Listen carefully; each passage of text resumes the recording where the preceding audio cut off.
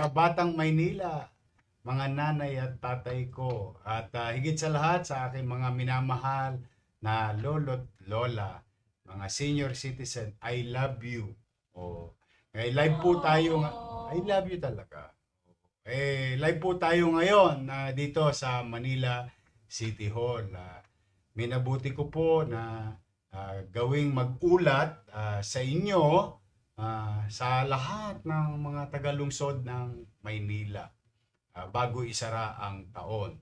As like we have been saying in the past, no, few months, ito yung mga nagaganap at magaganap sa ating lungsod. But ito pong napaka-importanting update para naman sa kaalaman ng lahat ng tagalungsod ng Maynila sa katatayuan, pinansyal, programa, mga ini-implement ng ating pamahalang lungsod ng Maynila upang maisakatuparan natin someday, somehow, hindi man sa panahon ko, pero maumpisan natin na para sa ating mga salinlahi sa mga anak at apo natin to make Manila great again.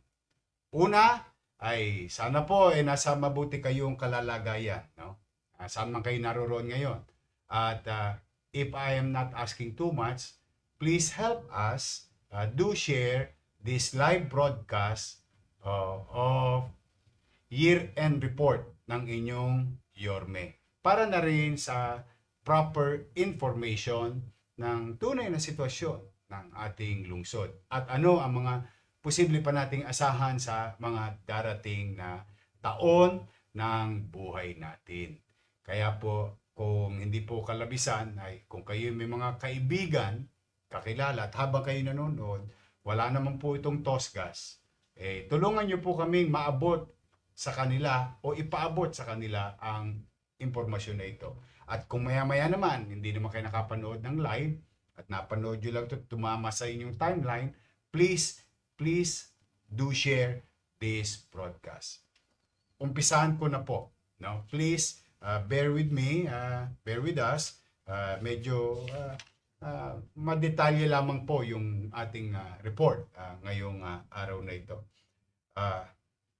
Nais ko muna magpasalamat sa inyong lahat, mga batang Maynila, mga nanay tatay ko, at mga lolo't lola ko sa ibinigay ninyo sa aking bagong mandato. Sa bagong pagkakataon na muling ibangon ang ating lungsod sa pagkakahalal muli bilang inyong alkalde. At sa maliit ko pong kaparaanan sa po ng aming mga kasamahan dito sa pamahalaan sa bagong administrasyon ng 2025 ay sinalubong po tayo ng napakalaking problema talaga. Unang-una dyan, naalala ninyo, July pa lang sa dami ng basura, gabundok po. Gabundok na. Nakakagulat, ano? Wala na po yan. Natigil na po natin yan nung una natin termino. Ngunit, sumambulat sa atin noong January 1, 2025, no? Hanggang July o June 30. Talaga naman ang basura, 5-5. Kumbaga, tawag ko namin sa recto o sa divisoria, tumpukan, no? Halos talagang pinapala, binubuldoser basura. Magkaganon pa man, ito po yung ating kinaharap agad. In less than 72 hours, we put things in right order. At naibalik natin sa normal ang koleksyon ng basura. At as we speak, marami pa rin tayong pagsubok, no? Sa kalinisan. Ngunit, na-normalize na natin ang paghakot, paglilinis, pagsasaayos, at pagiging maliwalas ng ating lumang lungsod. Luma man, ngunit punong-puno ng istorya at kasaysayang ating ipinagmamalaki bilang batang Maynila. At ang pangalawang sumambulat sa atin ay yung mga honorable mention at valedictorian na dumisgrasya ng ating mga fiscal situation. At nagulat po tayo, kahit po ako, no? On a personal note, hindi ko po sukat akalain na magkanda lubog-lubog tayo sa mga regular na obligasyong ating dapat binabayaran. No? At ito po'y umabot sa suma total na halos negative 10.2 billion pesos of commercial obligation. At hindi ko naman po yung kinukubli na nung unang termino ko naman, ako naman po ay umaccess. No? At kinuha ko ang resources ng National Government Financial Institution, katulad ng Land Bank of the Philippines at ng DBP. Pero magkaibang bagay po yan. Para po siguro may mga nanonood naman na nauunawaan na ang ibig sabihin ng commercial obligation at saka yung ating fiscal obligation sa mga financial institution na in-access natin na siya namang bagay na may pagkukunan talaga dala ng Mandanas ruling. At yun ay ginamit natin sa kasagsagan ng pandemya. At bagamat pandemya noon, at least tayong lahat ng mga nanonood ngayon at mga tagalungsod, at least hindi tayo nakaranas ng gutom sa loob ng 8 buwan, no? Nung kasagsagan ng pandemya. Lahat kahit paano may napagharimunan. At patuloy natin na isakatuparan ang mga paggawaing bayan, eskwelahan, ospital, at kung ano-ano pa. Kung ano-ano pa man na kapakipakinabang sa ating mga mamamayan. So, magkadalawa po yun. But then again, nakakagulat talaga yung commercial obligation. Ano ba yan para sa madalit salita? Ayan po, kalimbawa si Judith. No? Si Judith, na madalas nyo ring namimit. No? At pinapadalang kayo ng sulat at nandun ang kwentada ng inyong kuryente, tubig, telepono, and so on and so forth. Mga gastusin sa bahay, mga grocery, mga pambili ng gamot, katulad ng binibili ng maintenance ninyo. Those are the things that what you call commercial obligation. At yan ay umabot talaga sa 10.2 billion pesos. But now, those are two major problems. On top of sa pagsasaayos ng pamahalaan muli, no, ay talaga pong napakalaking bagay po ng fiscal challenges ng ating lungsod.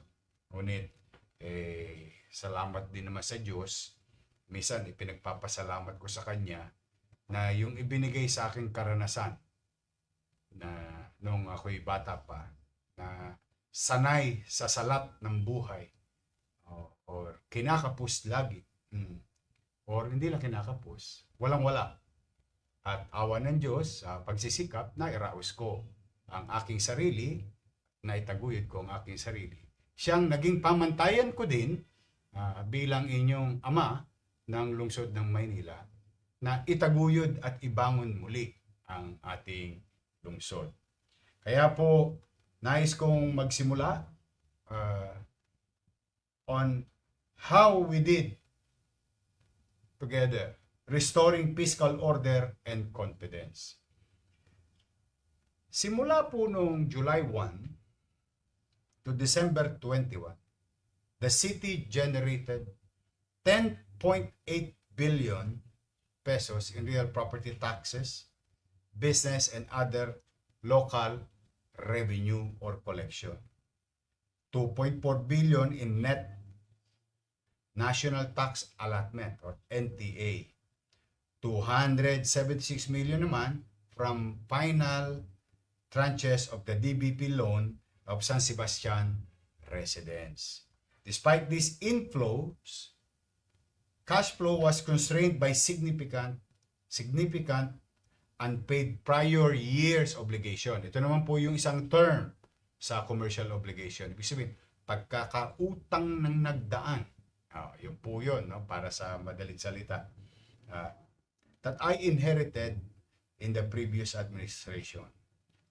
Requiring strict prioritization and fiscal discipline. Kung maririnig nyo ko minsan sa mga public engagement, yung sinasabi ko po sa inyo na pipilitin ko pong magsino. Yun po yung fiscal discipline. Bagamat ganoon, no, ang ating sitwasyon, minabuti ko pa rin unawain kayo ng mga nagbabayad ng buwis. Kaya pinakiusapan ko ang Konseho ng Maynila to pass an ordinance for the declaration of general tax amnesty. Inuna muna natin ng tao bago ang pamahalaan. At dahil po dyan, simula July to December 18, umabot po sa 439 million pesos ang nakolekta natin na hindi nakokolekta nung mga panahong nagdaan.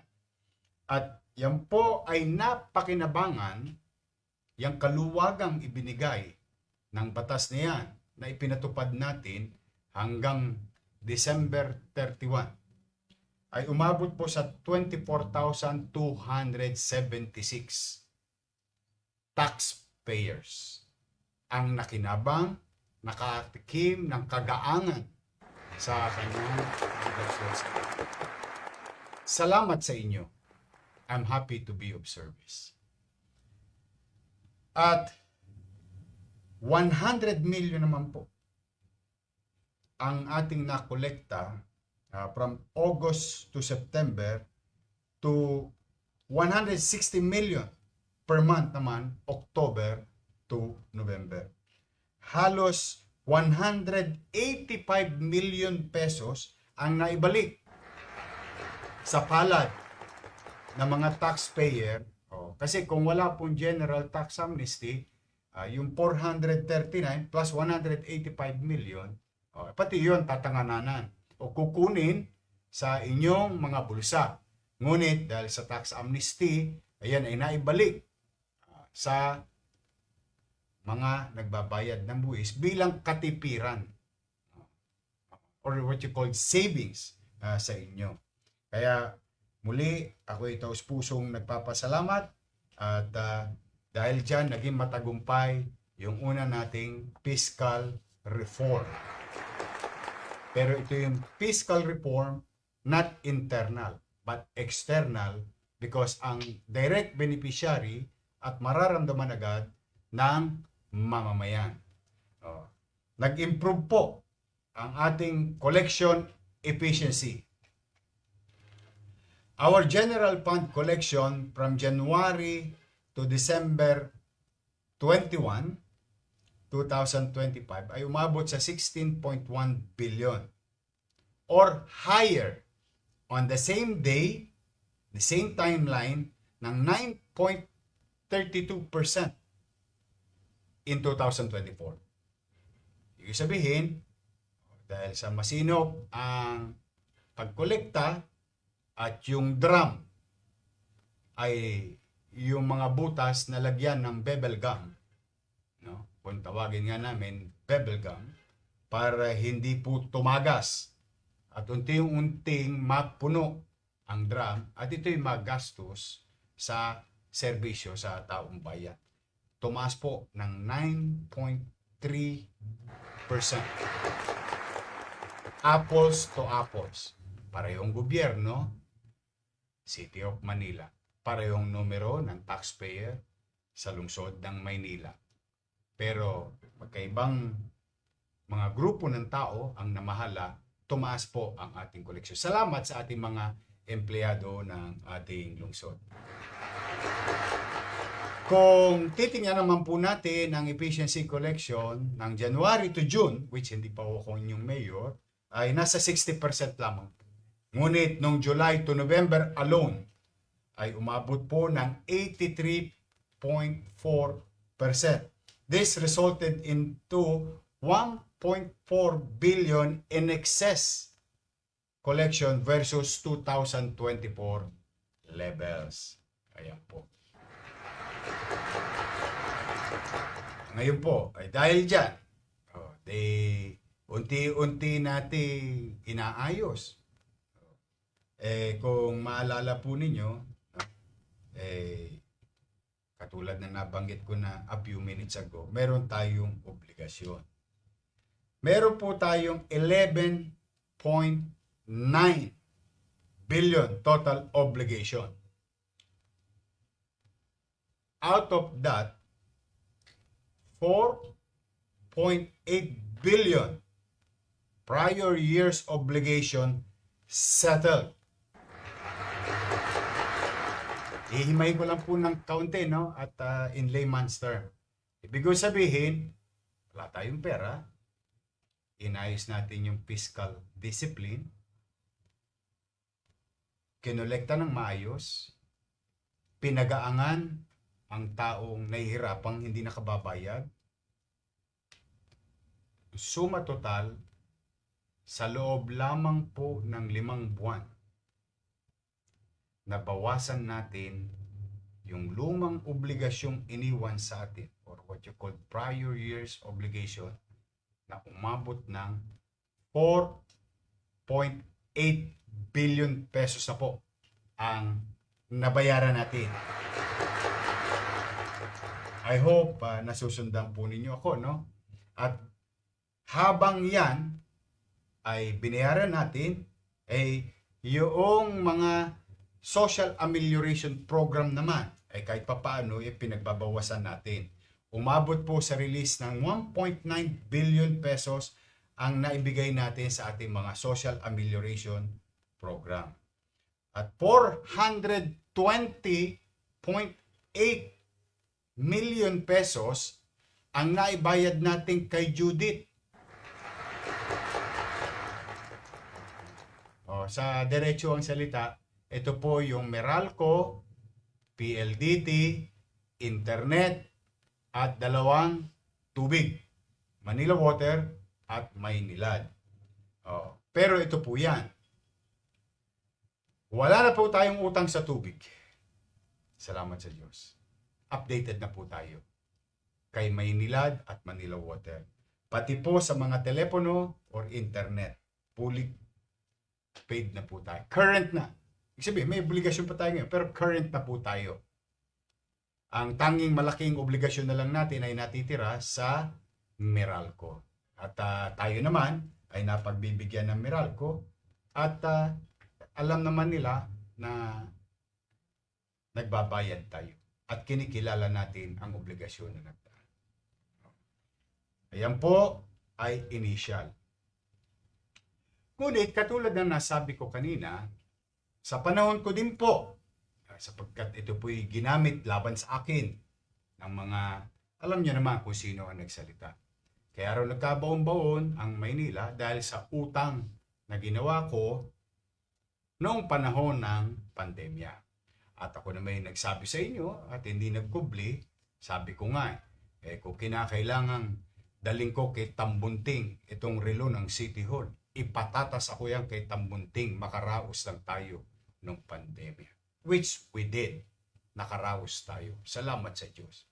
Now, having said that, sinabi ko hindi po yun totoo sapagkat nung kinuha natin yung loan, ay hindi naman tayo pauutangin ng bangko. Bangko po Bagamat ito'y pag-aari ng national government, bangko po ito. Ang function niyan ay katulad ng function ng regular nating bangkong maaring BDO, Metrobank, or what you call commercial bank. Ang function niyan ay pareho. Kaya hindi ka unyang pautangin kung wala kang kakayanan na magbayad. At katulad na nasabi ko, salamat at nagdesisyon ng Korte Suprema, in-access natin yung what you call the Mandanas ruling, o which nagkaroon ng windfall ang ating lungsod, at hindi lang lungsod ng Maynila, yung 1,600 plus na LGU sa buong bansa. Ang tawag ko po dyan nung araw, kung maalala po ninyo, nung unang termino ko, ay financial engineering. A peso today is good to be spent today than tomorrow with the same peso. Because tomorrow, because of natural effect of inflation, the power of that peso will never be the same as yesterday or as tomorrow. Ganun po yun. Now, I hope maliwanag yung premise. With that, nagbayad tayo ng luma, nagbayad tayo ng kasalukuyan, or what you call current. Ngunit sa kabilang banda, nakapagbayad pa po tayo sa inutang natin nung araw. Na sinasabi ito ang dahilan kung bakit daw walang pera. Ngayon po, magbabagong taon, magsasarang taon, maliwanag pa sa sikat ng araw na yon ay hindi totoo. Bakit? Sapagkat ang ating pamahalang lungsod ng Maynila ay nakapagbayad, no, ng 557 million point 8. Ulitin ko po, no? 557.8 million. Kalahating bilyon, humigit kumulang 600 million. Oh. Ito po ang patunay na to disprove the Manila's finances are imperiled by the bank loans. No. The overwhelming burden came from unpaid obligation of the previous administration. Yan po, maliwanag. Nasa screen ba nila? O, naiwan ko kasi yung yung pangalawa kong mata eh. Nearsighted po kasi ako. So, yan po, no? So, I hope that settles everything. And if you have time, you can save this video. Now, punta naman po tayo sa pang-apat na programa or what you call, diba? MBN, Minimum Basic Needs. Yung pang-apat, diba? Housing, education, healthcare. At yung pang-apat ay jobs.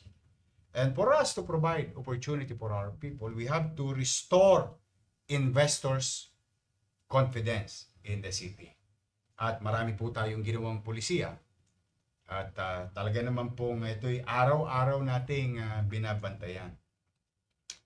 And as of December 2025, December 22, 2025, noong panahon ng January to June, meron pong 1,068 applications processed, 984 permits issued, 2,670 jobs generated, 2.4 billion pesos in investment. Yun po yung January to June. Ngunit, sa tulong ng ating mga empleyado sa lungsod ng Maynila at pulisiyang inilatag natin, ang data po ng July to December of the same year, which is current, ang ating pong business application is 7,661 plus 717% growth. Ganun po ang nilaki. Dinoble, triple, at 7 doble. Lumaki, lumago ang nag-apply ng business. At 5,940 naman po ang permits na na-issue or 604%. This created 19,153 jobs for the people of Manila. And the total investment cost or total investment na infused in our city is 14.6 billion. Now, we have 56,604 registered business at 12.53 business growth rate minus 2.89 retirement rate. So, we are still almost double-digit growth despite the situation. Malaki po yun, no? Lalo na pag nag-double digit. At pinag-uusapan po natin dito ay a little less than 2 quarters. Ibig sabihin, third quarter and fourth quarter. What more we can do kung mag-settle or maging mabuti ang pamahalaang lungsod ng Maynila at bawat ahensya nito sa mga gustong maghanap buhay sa ating lungsod. In fact, on the final day of business, 139 paid permits in one day, amounting to 2 million pesos plus collection, and that's about 1.17 billion in new business investment. Kaya po siguro masasabi natin na on the final business day of 2025, the City of Manila recorded a record-breaking 139 paid business in a single day, generating 2 million pesos, 1.1 billion pesos in business investment, underscoring a strong finish in investor confidence and economic activity.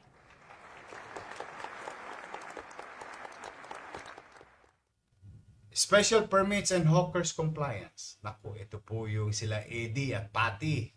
Kung maalala po ninyo, no? Ang araw, ito yung gustong-gusto nila Eddie at Patty. Ngunit, tayo'y nagbalik at pinilit natin bumalik sa kaba ng bayan, hindi sa palad ng iilan lamang na nakikisapakat sa kapangyarihan ng pamahalang lungsod ng Maynila. We have issued special permits 1,195. That is amounting to 125%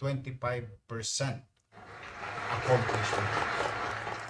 11.1 million pesos in special permit revenue. That is 238% year-on-year increase. Hawkers compliance improved. Vendors paying fees 4,131 to 4,880, amounting to 45 million 47 collected, exceeding target. Pwede akalain ninyo yung nag-exceed 2 quarter. Salamat sa ating mga hawkers. Nababawasan na po yung mga nagsusubi. Alam niyo ba yung nagsusubi? Alam mo ba yun, Jesus? Si Jesus, birthday niya noong December 25. Sign language ka. Okay. So, ngayon naman po, ito kung bakit napansin nyo yung mga datos na yon ay naglalaguan, lalo na sa negosyo, sapagkat meron po tayong mabigat na ginawa. Ito ay mga taga-August ito, July, then August. Kasi maraming beses ko po ito narinig na inireklamo ng mga negosyante ang city planning and zoning. Dahil ang daming red tape. Pero mo, magbubukas ka na ng negosyo, 3 buwan na hindi ka pa nakakabukas kasi hindi pa tapos sa zoning. At kesyo ganito, kesyo ganyan. Ayun, yung gatas naging keso sa tagal ng panahon. Ayan po. Ngunit, hindi ko po yung pinayagan. Binago po natin immediately. Dati-rati, ang zoning requirements ay nasa 22 items to be complied. Now, down to 7. At kung hindi ka conforme doon sa zoning, maaari ka mag-appeal. At ang requirements po dyan ay 15. Now down to 5. Kaya napansin nyo po ang mga negosyante. Nagpasukan na ulit at nakapagbigay ng trabaho. At ang ending pa, meron pa tayong buwis na nakokolekta. At kung dati-rati, halimbawa, pit out lang ay umaabot ng 1 buwan. Ngayon po, 0 to 2 days makukuha mo na. New constructions, dati-rati, 1 to 3 months. Ngayon po, 3 to 5 days na lang. Zoning permit approved. Noong sa panahon po, nung nagdaan ng January to June, ay 432. Ngunit noong July to December of the same year, this year, 668. That is amounting to 56% plus growth. No? Revenue performance naman, July to December, 100.1% na po ang efficiency fourth quarter alone, umabot tayo ng 151.86% efficiency. Dahil doon, at masinop na paglalathala ng mga negosyo, naging bukal, gumaang ang paghahanap buhay muli, nagbabalikan na muli ang mga nagnenegosyo. Yun po yung data na nabasa ko kanina. Sa infrastructure and order and cleanliness, our clearing operation, at ito'y sumambulat sa ating mga mukha. Lahat tayo ay nagagalit dito dahil sa mga flood control, pagbaha, and so on and so forth. At tayo nagulat, kahit sa Maynila. Ordinaryong ulan, baha sa Maynila. Gabinti ang baha. Minsan gatuhod pa. Pagbagyo, gabiwang na.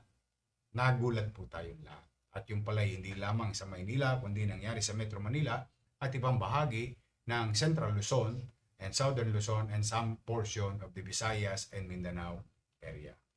But then again, under Executive Order number 3, kung saan inatasan ko po ang ating mga barangay na tulungan tayong i-declog yung ating mga drainage system.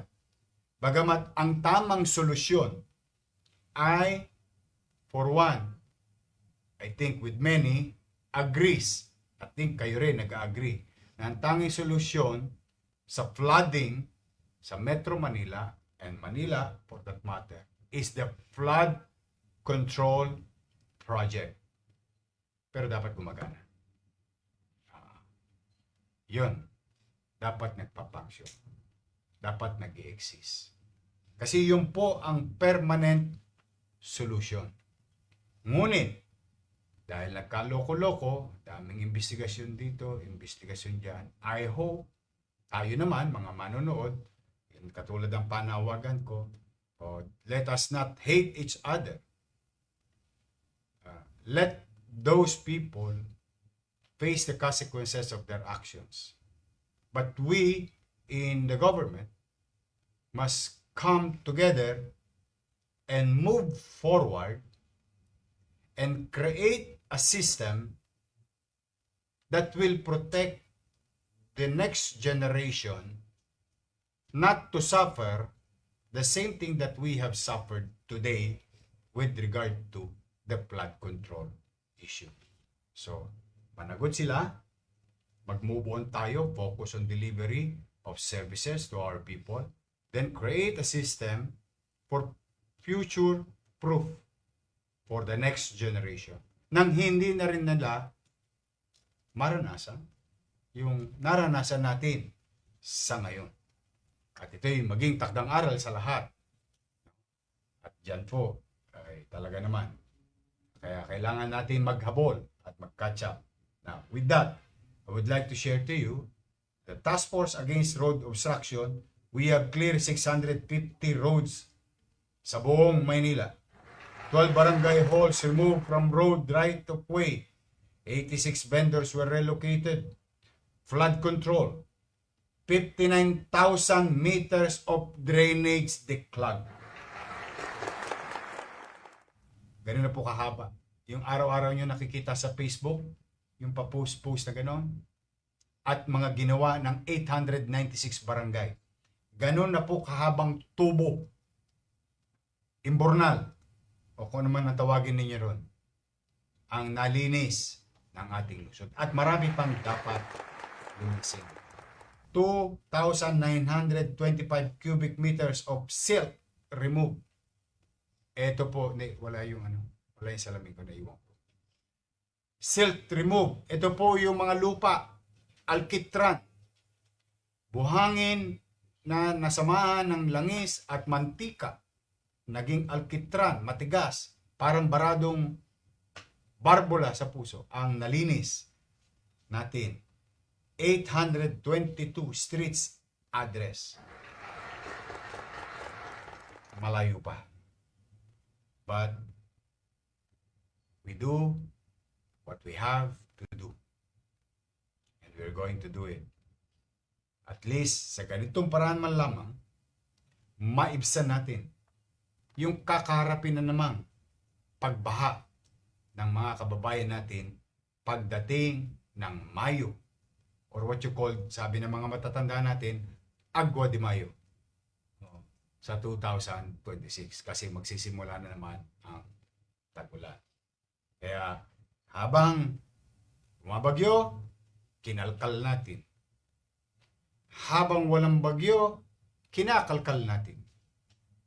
At tatakbo ang araw, linggo, kakalkalin natin lahat ng imbornal nang siyang maging maayos ang daluyan ng tubig sa kalsada, tubig ulan, at papunta sa mga body of waters like rivers and Manila Bay. So, sa mga barangay chairman, Kagawad, Secretary Treasurer, Tanod, XO, SK Chairman, SK Kagawad, thank you very much for helping your city at ang kanya-kanya nating iskinita. At sa tulong ng San Miguel, nakahingi po tayo ng donasyon, walang tosgas, 1,162 na ilawan ang buong skyway na sakop ng Maynila. Ibig sabihin, hanggang boundary. Hanggang doon po sa may ang tawag dito, yung pinailawan natin sa Delpan, San Andres, Vito Cruz. Yun, yung lugar na yun. Pablo Ocampo. Yung lugar na yun. At yan po ay inabot halos ng 4.1 kilometers ang haba. But, again, wala tayong tosgas dito. Maraming salamat kay Mr. Ramon San Miguel Corporation, TRB, Skyway, at sa ating city electrician and employees. Yan po ay dahil sa request ninyo. Mga Grab food driver, angkas, mga nagmumotor, truck, kotse, pribado, taxi, and so on and so forth. Diyan man lamang ay maging ligtas ang inyong pamamasada, pagbiyahe, pag kayo'y pumasok sa Skyway, partikular sa lungsod ng Maynila. At imbis na makisabay tayo sa mga ingay, salitaan dito, salitaan doon,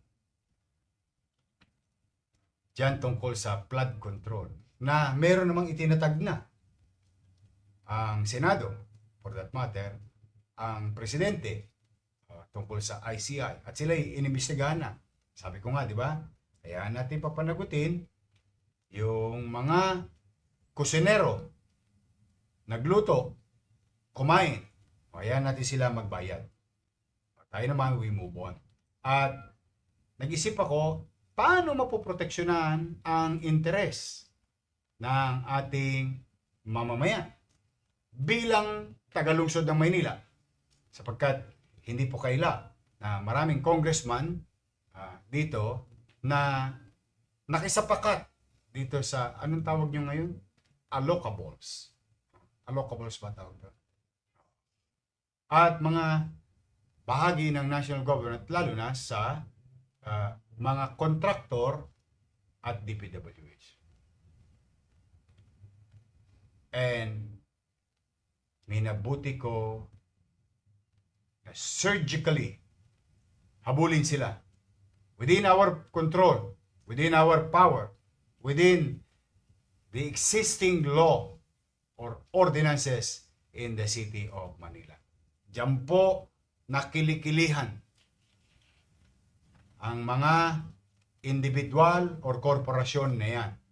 Habang sila iniimbestigahan sa Morelos, ang inyong lungsod ng Maynila ay inisyuhan sila ng SOA, Statement of Account for not paying contractor's tax. At alam ko'y nabalitaan yun. At gusto ko po kayong i-update. Yung target nating 220 million, ang nakolekta po natin ay 250 million pesos. Ayan po. Kaya po, salamat naman sa ating City Treasurer's Office. Ayan, nakapagbayad sila at saka natin sila binigyan ng permiso. At pati yung 2022, 2023, 2024, lahat ng mga hindi labi, hinabol po natin. And I think, in our own little way, this is the best way for the people of Manila to benefit from this things that happen. Nagbayad din naman tayo ng sakripisyo at hirap sa pagbaha ng lungsod. Ito yung tamang paniningil ng obligasyon. At dito, nakamit ng bawat Manileño, bawat taga-lungsod ng Maynila, ang hustisya sa loob ng ating syudad. Na proteksyonan ang interes ng taga-lungsod ng Maynila, na proteksyonan ang pamahalang lungsod ng Maynila. At yan po ang halos nakuha natin, nahabol natin, at siya namang napakinabangan ng ating pamahalang lungsod ng Maynila to deliver services to our people. Congratulations. Kaya muli, nananawagan ako sa ating mga barangay officials, patuloy po nating ipatupad ang Executive Order number 3. Maglinis tayo, maglinis tayo, maglinis tayo, at maglinis tayo. Huwag tayong titigil. At dahil dyan, yung mga nakokoleksyon na yan, ay nakapagpatupad tayo ng mga obligasyon natin, particularly sa mga city-funded program and incentives. Halimbawa na, shout out sa mga kabataan dyan. Shout out sa mga kabataan dyan! Katulad ng mga kabataan ng PLM, UDM, IRIS. Nais ko pong ipabatid sa inyo na unti-unti natin nababawasan ang obligasyon ng lungsod ng Maynila sa programang sinimulan ko nung araw at nung kalaunan ay nawala. At ito'y naging obligasyon sapagkat ito po isang batas or ordinansa.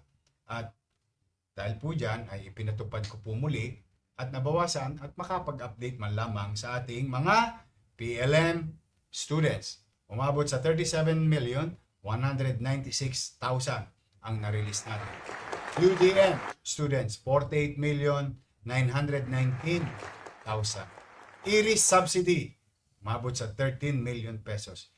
PLM as a school, 58,750,000. Limang quarter ho yan. Isa pa lang yung nababawasan ko. Ganyan po kawawa ngayon ang PLM. Nakalulungkot. At siyempre, ang mga senior high student allowance ng UDM, 9,380,000. Total city-funded programs and incentives to education is, ang nai-release natin sa loob lamang ng 6 na buwan ay 167,245,000. At para sa aking mga minamahal na lolo at lola na napakalaki ng utang ng lungsod ng Maynila dahil tinaasan kayo ng 1,000, ginawa po 1,000, ay naibalik natin sa 500, kaya may utang pa ako sa inyong 3,000, ngunit nakapagbigay na tayo for July, August, and September, amounting to senior citizen allowance of 275,511,500 pesos. Ngunit, shoutout mga minamahal kong lolo't lola. O siyempre, July, August, September, nadali na. O tapos na rin ngayon ang October, November, o December. O sa second week or third week ng January, i-release natin yung last quarter para sa mga lolo't lola ko. I love you. May allowance kayo ulit sa akin. O, sa senior citizen naman, para sa social pension, from January to June. Ito po yung galing naman to sa national government.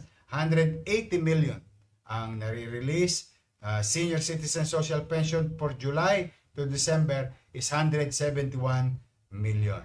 At umabot po sa 11 centenarya or 1.1 million ang naibigay natin sa mga lolo't lola ko na umabot ang 100 years old. Total subsidy or total for our senior citizens alone ay 629 million pesos. Ayan po.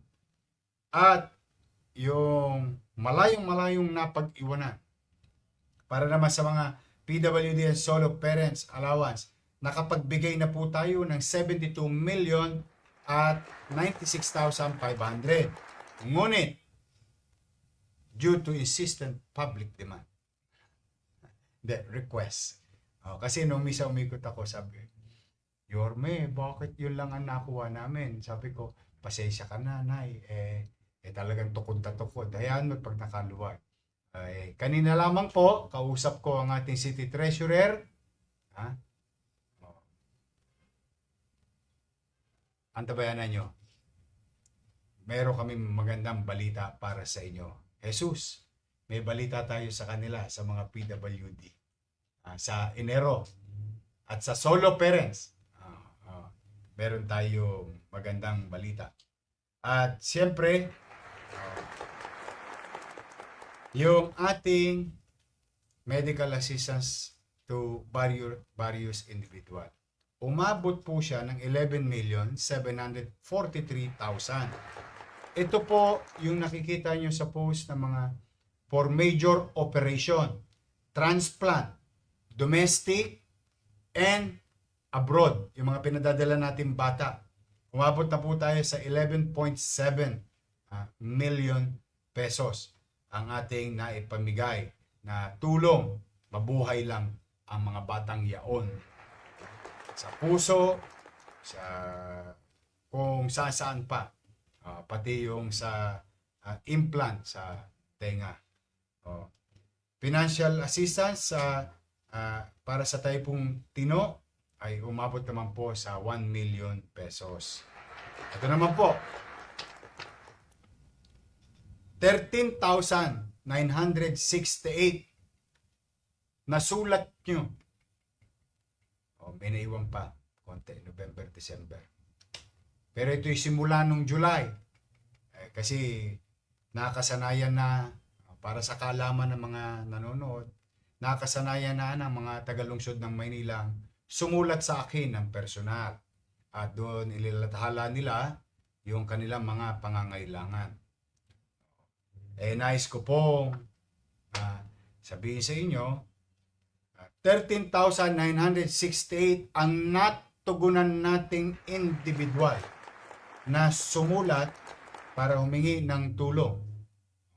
At yan po umabot halos ng 80 million pesos financial assistance na dinideliver. So sumulat, dinideliver sa inyong mga bahay, gabi, tanghali, umaga, ng mga inutusan kong mga konsehal ng Maynila. Palakpakan natin ang mga konsehal na talaga para i-deliver at katukin kayo sa may mga sakit at pangangailangan.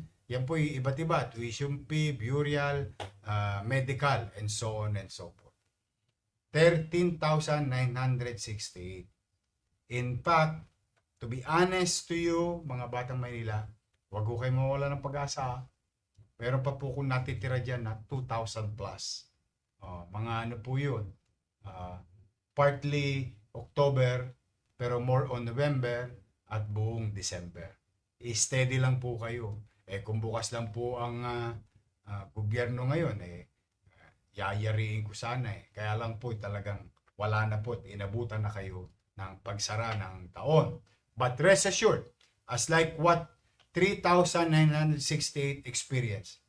Ang sulat nyo sa akin, sa maliit kong kaparanan, at every time na makaluwag-luwag tayo, ay akin pong tutugunan. Hindi ko po sasayangin ang panahon na inukol ninyo upang ako'y sulatan at iparating sa akin ang inyong katatayuan. Sana po ay napasaya namin kayo. Kahit paano ay nakapagdulot kami ng konting ngiti or nabawasan o naibsan yung inyong mga kinakarap. On top of that, humigit kumulang 3,000 naman na individual na personal namin nakausap sa Kaagapay program. Ito po yung bumababa ako, bukod doon sa sulat nyo sa amin, sa City Hall, bukod doon sa lumalapit, ito po yung kami na ang humahanap sa inyo, sa inyong mga zona. Dahil dyan sa may bago tayong batas sa lungsod ng Maynila, yung Kaagapay program.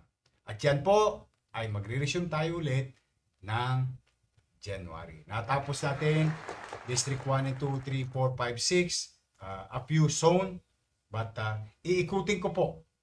Ako po mismo ang pupunta sa inyong mga bara-barangay. We will resume that on January. Now, to our uniformed personnel, justice sector and teachers, ang Manila Police District, simula July to September 2024, nabawasan natin, ulitin ko no, July to September 2024, nakapag-release tayo ng 27,955,000. Ito po yung allowance ng police. Naalala ko ito noon, pinasa namin to nung ako'y member pa ng Sangguniang Panglungsod.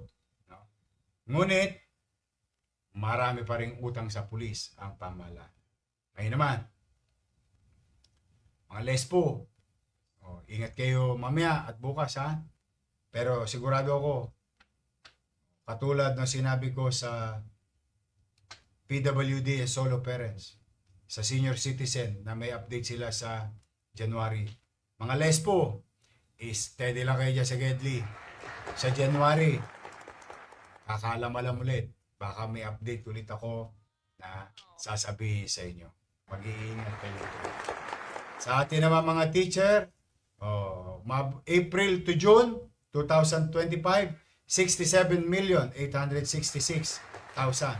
Sa Bureau of Fire allowance, January to March, 2.8 million pesos. Sa BJMP allowance, January to March, 3 million pesos. Judges allowances, 20,725,000 from April to November of 2025.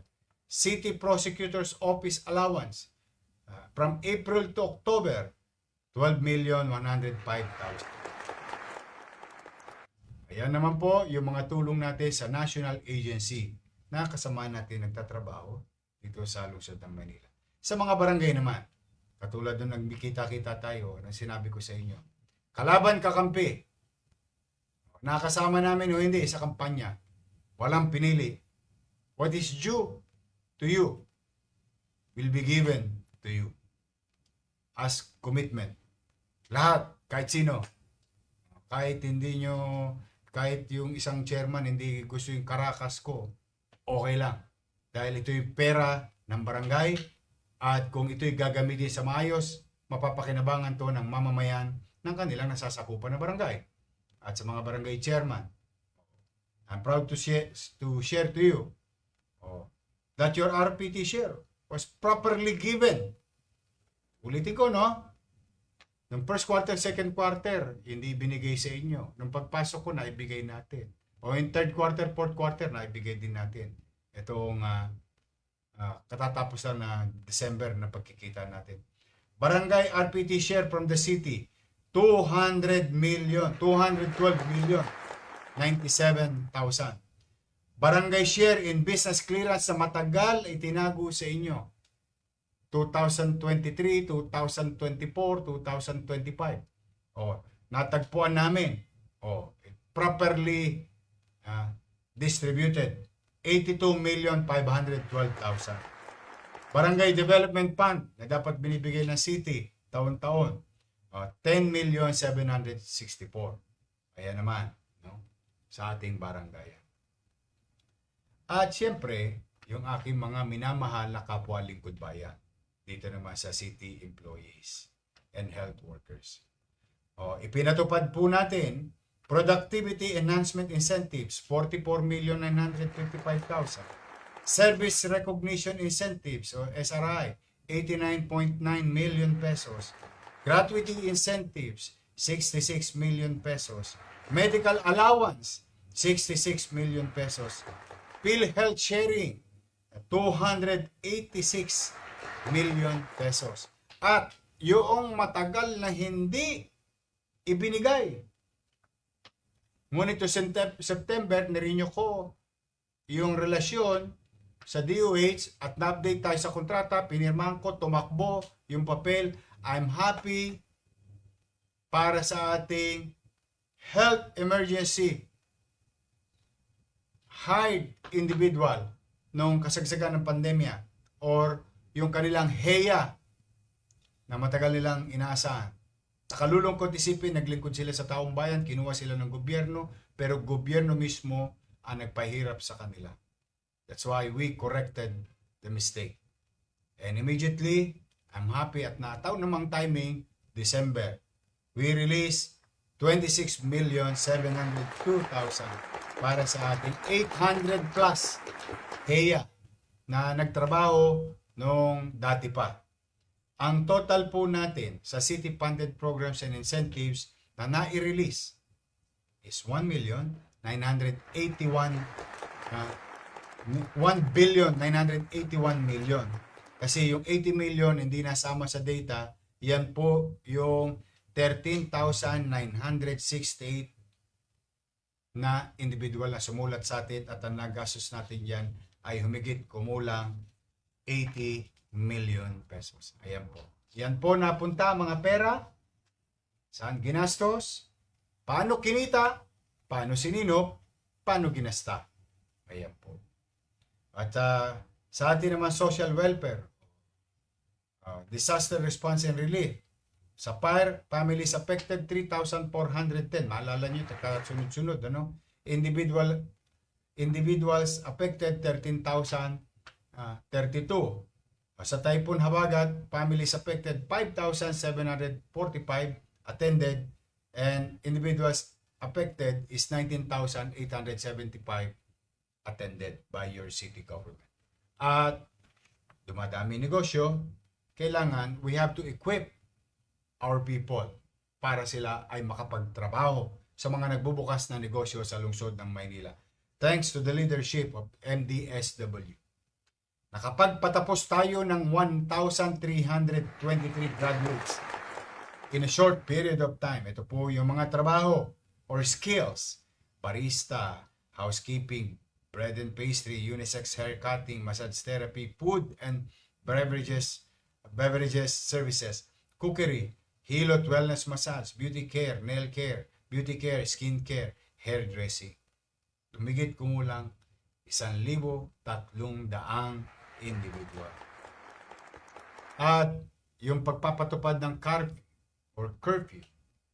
para mapangalagaan ang ating mga minor de edad na kabataan na makukulit pa rin. Hindi pa kayo natatala. Sana sumunod na kayo sa inyong mga magulang. Total minors rescued in 6 months. 2,499.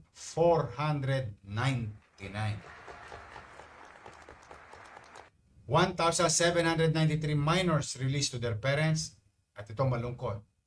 706 minors turned over to RAC.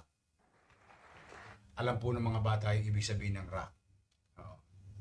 Sa healthcare sector, binuksan natin na saya promise at unti-unti nang malapit nang ma-approve in the coming weeks ang bagong tatag na Paseco Hospital, ang ikapitong ospital ng lungsod ng Maynila.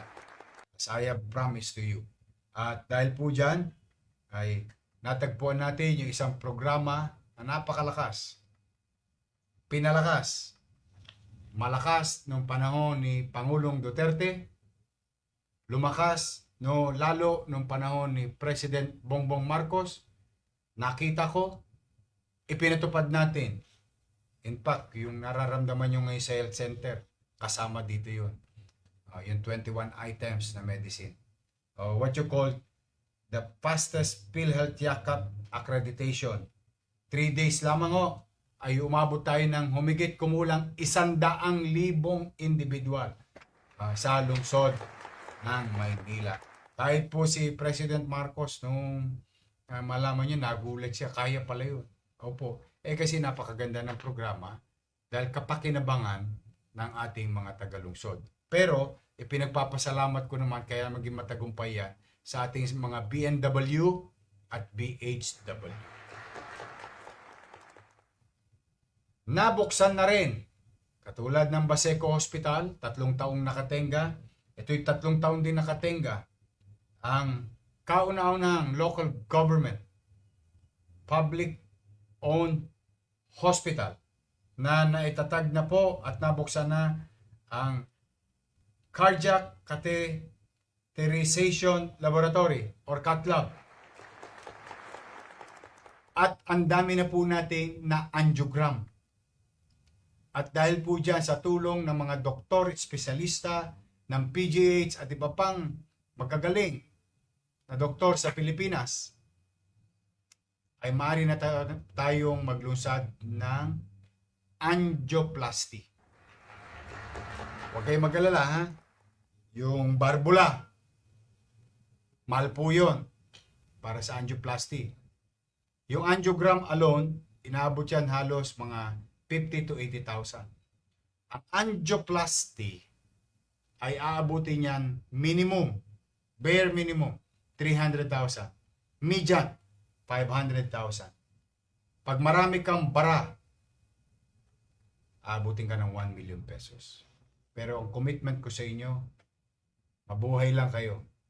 Kahit gumastos ako ng milyon-milyon, mabuhay lang kayo. You will not pay anything pag nagtuloy-tuloy na tayo sa angioplasty. Ngayon sa angiogram, walang yadba. CT scan machine, walang yadba. MRI machine, walang yadba. Ultrasound 4D, walang yadba. Yung mammogram, ang napakagandang makina, lalong-lalo na sa mga kababaihan, wala pong bayad. Talang po kayo sa ospital ng Maynila. At yung health certificate as per your request, binago ko na po ang polisiya. Siya po ay valid na for 1 year. Ano pong ibig sabihin? Sa mga hindi nakapanood nitong Yormes Hour ako, halimbawa po, nagkatrabaho kayo ngayon, daming trabaho December, let's just say, December 24, ay 25 na lang, birthday ni Jesus, ng ating sign language guy. Nagkatrabaho ko ngayon, tapos na yung December 31, 2025. Ang dating problema ng mga health certificate, expired na rin. Bili mo, kakakuha mo pa lang ng December. Hindi na po yan. Kung halimbawa, ikay nabigyan December 25, sasagarin ko na. Na-hire ka December 31, last day ng taon. Valid siya December 31 hanggang 2026. Yun po ang ibig sabihin. Yan po ay base sa request ninyo na inirereklamo nyo na dati pa nung nagdaang panahon.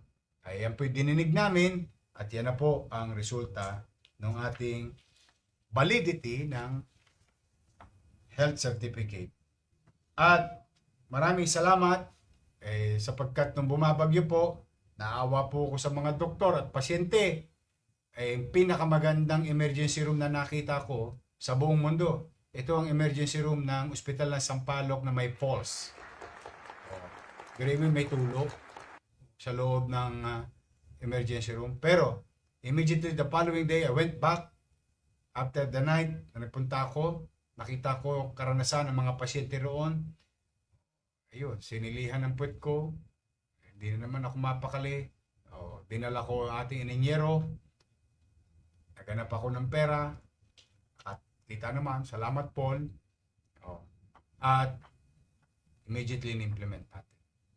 And I committed to the people of Sampaloc 90 days. At a few days ago, as you all know, we deliver before Christmas. Bukas na po ang bagong or newly rehabilitated na emergency room ng Sampaloc. And done, 83 days. Commitment is 90 days. Salamat sa mga construction worker. Salamat naman. At siyempre, dahil pinagbubuti natin pasilidad, gamot, equipment, ayaw ko naman pabayaan yung ating mga medical frontliner. I'm happy to inform the public that we have released 128 million plus additional 100 million pesos. Meron silang professional fee divided by 2 medical and non-medical. And that includes also BHW and BNW at Manila Health Department and Health Support Staff. Ngunit may nakita akong pera doon, nakalutang lang. Minabuti kong idagdag doon sa 128 million, yung 100 million. Dahil mahirap po ang nasa public hospital or public healthcare. Hirap na hirap. Walang bulak, walang karayom, lahat na lang makukonsumi ka. Tapos yung senior patient, hindi mo malaman paano mo gagamutin. Ay kanina lamang pong alas 4 ng umaga, alas 3 pasado ng umaga, ako po yung nasa ospital ng Maynila. Nakikita ko yung dami ng pasyente. Nalulugod naman ako. Kahit nalulungkot ako na yun na po yata pinakamalaking, modesty aside, pinakamalaking emergency room na nakita ko sa buong Pilipinas, public hospital. Pero punong-puno pa rin, Kaya, ang kinalulugod ko lang, may isa ako nakita sa hallway. Mag-asawa, yung anak nila, nabangga. Motor, daming galos. Natutuwa naman ako. Nasa hallway ako, sinabi, nagpapasalamat dahil na CT scan agad yung anak niya at na X-ray. Doon mismo sa ospital lang. Sabi ko naman, di salamat sa Diyos. So imagine may mga ganyang bagay. Ang mamahal, hindi ma-afford ng tao, pero ang gobyerno, ma-afford yan. Kaya siguro marapat naman na maibalik at maiganti ko naman yung pagmamalasakit din ng ating mga doktor, nurses, medical and non-medical, at ating mga BHW, BNW at MHD family. Kaya I'm happy to share it to you. Now, bilang paghahanda para sa ating mga barangay or what you call forward planning. For the first time, the City of Manila, through the City Budget Office, conducted the following: Barangay and SK Budget Capacity Building. Ito po yung inireklamo ninyo, Paano ba ginagastos ng mga barangay yung budget para sa kanilang komunidad? At dahil po dyan, nagkasunod-sunod po ang training na ginawa, sponsored by your City Budget Officer. Assembly noong November 7, distribution of Barangay Certificate Statement of Income, or what you call CSI, District 1 to 6, noong November 11 to 12, 2026 Annual Barangay Budget Workshop, noong November 24, SK Assembly on Preparation of SK Budget, noong November 26, distribution of photocopies of SK Certificate Statement of Income covering 6 districts of Manila noong December 1 and 2. Importante po ito para matuto sa paggasta at pagsunod sa mga regulasyon ng gastusin o paggawa ng programa ng bawat barangay sa kanilang nasasakupan. Now, mga kababayan, let me conclude this report.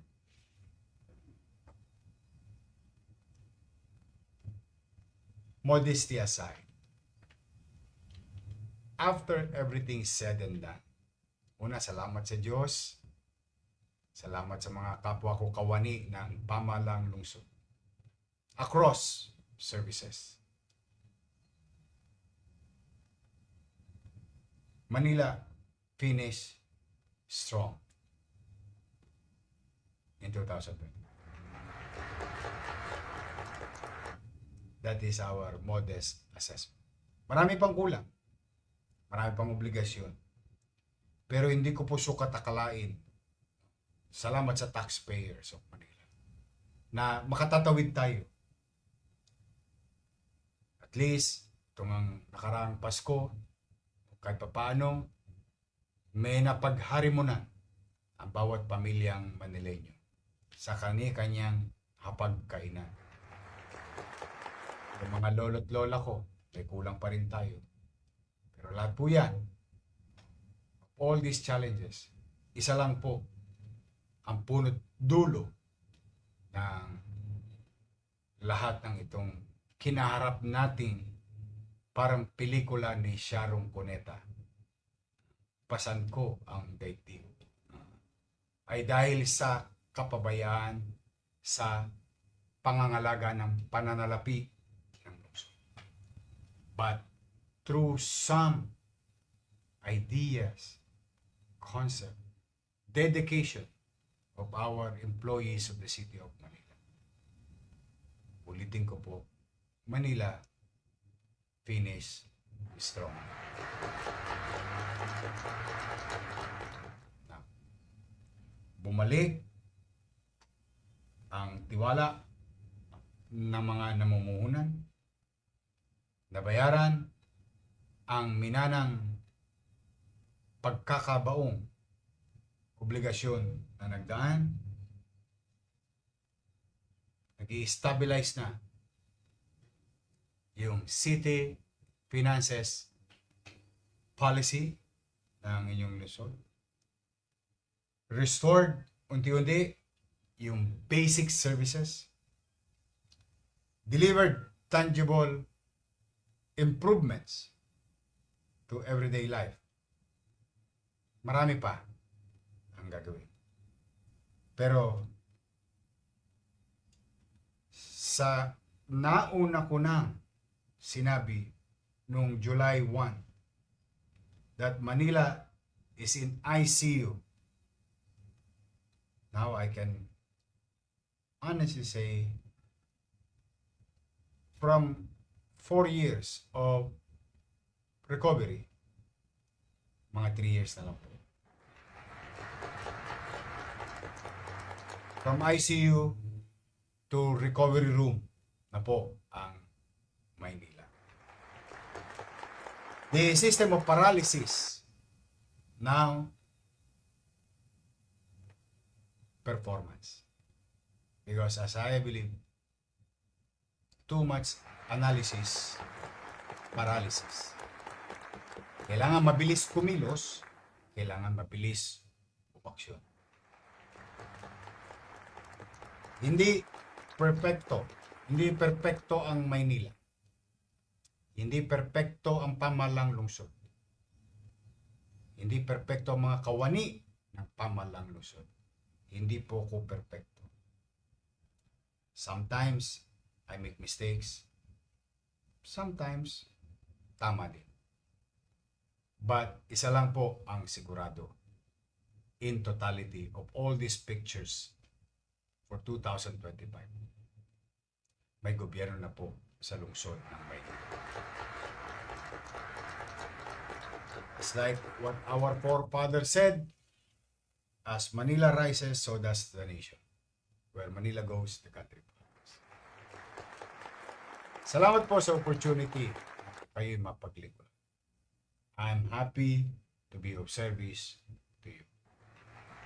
It's a humbling experience, and I hope tiyatsaga-tsagain nyo lang ako pamisa-misan, lagi naman ako nagsasabi sa inyo ng tapat. Laging kwentas klaras. Ano ang kulang namin? Ano yung mga low-hanging fruit na napitas natin? At ano ang gagawin natin sa pangmatagal? Now, come first quarter of 2026, we are going to another sets of roads. Building, supposed to be phase 1 lang, pero ginawang maraming phase. Building again the Magsaysay High School. We will resume. We are just awaiting for proper documentation. I will build that. Harangan man tayo ng kanyon, we will build and finish Magsaysay High School. We will build Binondominium 2. We will distribute through lottery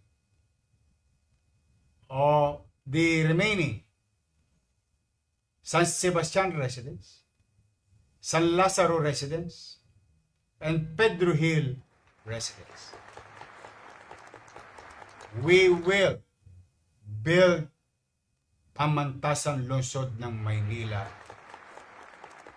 College of Medicine. I will do my best.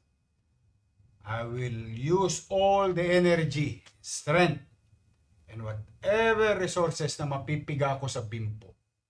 Dahil yon ang paniwala ko, tapos mga nangyayaring ito, ay mga bagay na makapagpababago ng buhay ng tao pangmatagal. We will go to that direction. And we will build, rebuild, rehabilitate dead, dying, bulok na health centers of the city of Manila. Sa mga taga-Damka, nabawi na po natin ang dating Pamana Health Center na ginawang barangay. We are now about to finish the design to build a literal super health center for you, people of Santa Mesa. The people of San Nicolas, na binabaha din yung San Nicolas Health Center. Steady lang kayo sa Gedli. Tapos na po ang design. Nagdo-documentation na lang. So we will continue to focus on MBN for 2026. Minimum basic needs. Housing, education, healthcare, and jobs. Loobin nawa ng Diyos. Bigyan ako ng lakas ng pangangatawan at kakayanan at sa tulong ninyo mga taxpayer. I'll make sure that every single cent will go back to you in a form of services. So muli, mga nanay at tatay ko, mga lolo't lola ko, I love you. Nako, bagong taon, bagong gatas. Dali pa natin yung insurance. So, muli po, mga batang Maynila. Maraming salamat sa pagkakataon na ito. Very challenging sa pangkalahatan ang 2025. Ngunit, 1 day, 11 hours, and 42 minutes, and 46 seconds na lang. 44, 43, 42, 41. Matatapos na ang pagsubok sa buhay ng 2025. Ngunit, sa kabilang banda, maraming salamat din dapat ang gawin natin sa Panginoon Diyos. Kalay mo, nag-survive tayo.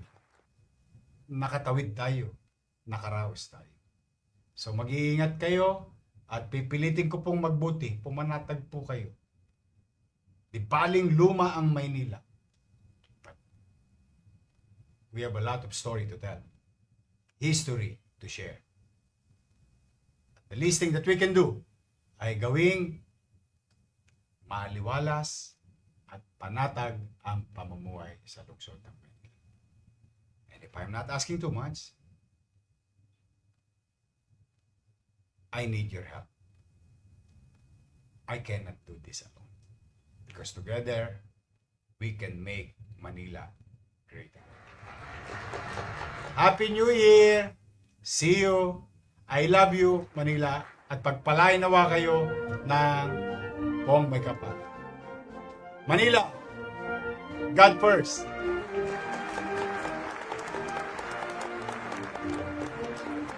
Thank you sa inyo, pati sa mga viewers nyo and followers nyo. Oh, marami na kayong aabangan. Yes, excited Handa na po ba kayo kami. mapuyat? Yes naman, your man. Ay makapagpasalamat sa inyong lahat. At sa ating mga vloggers, shout out sa lahat ng vloggers. You survive. Abonado pa kayo. Thank you very much sa inyo, ha? Hi, hello. Subscribe lang kayo dito.